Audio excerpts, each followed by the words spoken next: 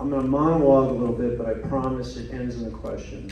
So, Mr. Addis, Mr. Amador, you held a surprise town hall right before the special session last fall. I was there. There were so many people there, we had to move it outside with lawn chairs. Thank goodness the weather was in our favor. You heard a lot of emotional testimony from healthcare workers who were directly impacted by the mandates. I heard both of you say you are against mandates. My observation is, through either action or inaction, you didn't stand up to what you told us that day. 29 bills, I heard, not one of them made it to the floor. I understand the machinations that you all have explained today. But, and I'm going to pick on you for a second, Mr. Amador, nothing personal here, but there's a picture floating around the internet of you wearing a mask down there. Really bad optics if you are on the side of all these people who are done with the mandates. Okay? Symbolism means a lot.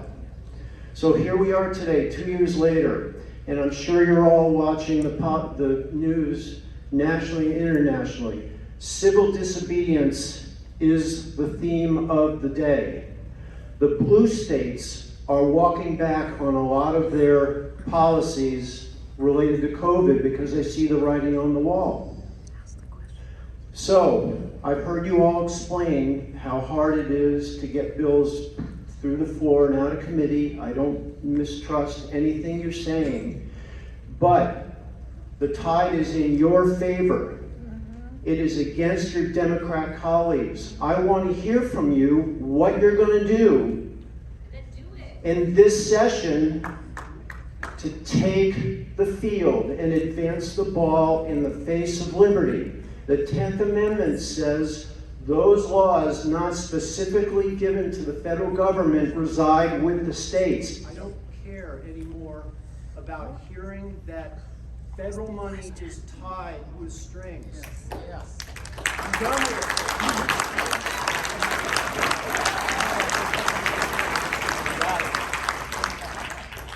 Well, first of all, I appreciate everyone who came to that town hall. That's the reason we had it. And I understand your frustration. But I have voted on every occasion against those things that you're talking about. I've signed petitions against mask mandates. I've been very consistent in supporting those positions. Excuse me, mask mandates are done. We're done with masks. We're talking about our liberties as citizens. The federal government has no business in our lives. Exactly. And I appreciate that, and what I'm telling you is I have voted consistently to do that while I've been down there. So what I will do is continue to vote that way. There's some bills coming up that you'll see that come that way. I personally do not serve in those committees that craft those. I'll be supportive of bills, but the committees I serve in, we don't touch that subject matter. So I agree with you. I appreciate it, but I voted that way and I'll continue to vote that way.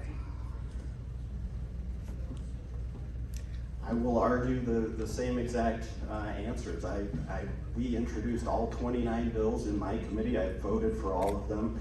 I think about 8 or 9 of them made it to the House floor after their full public hearings, and I supported all of them. I don't know what else we can do. We're down there every day. I probably put in 12-hour days working with my colleagues, and we're trying to fight for the issues that you care about. And that's why we held the town hall. You said it was a surprise town hall. I did not intend for it to be a surprise town hall, but it was intended to hear from the public, and we heard you, and that's why we did what we did in November.